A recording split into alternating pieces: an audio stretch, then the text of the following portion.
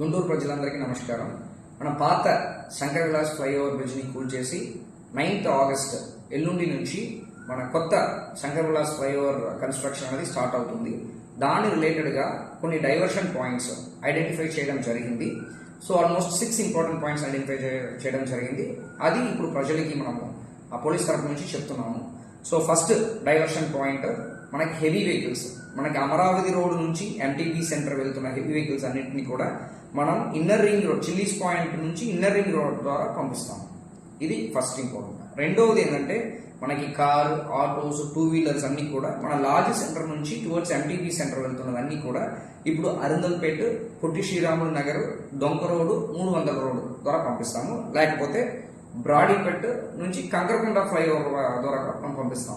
ఇది second important diversion. మూడవది diversion ఏంటంటే ఈ హెవీ వెహికల్స్ అంటే ఈ స్కూల్ కాలేజ్ బస్సెస్ అన్ని కూడా ఎంటీబీ సెంటర్ నుంచి లార్జ్ సెంటర్ వెళ్తున్నదన్నీ కూడా ఇప్పుడు ఖచ్చితంగా మన కంకరకొండ ఫ్లైఓవర్, రమేష్ హాస్పిటల్ ద్వారా కంకరకొండ ఫ్లైఓవర్ ద్వారా వెళ్ళాలి.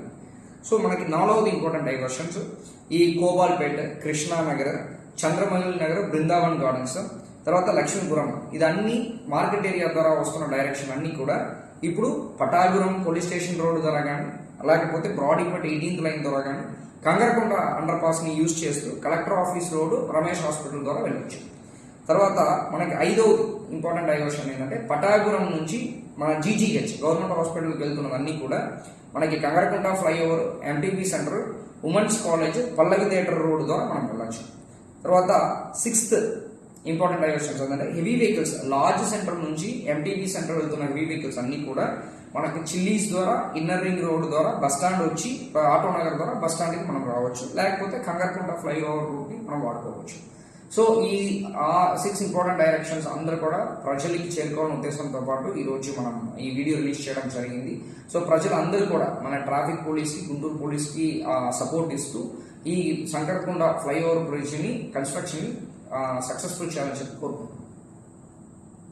గుంటూరు ప్రజలందరికీ నమస్కారం. మన పాత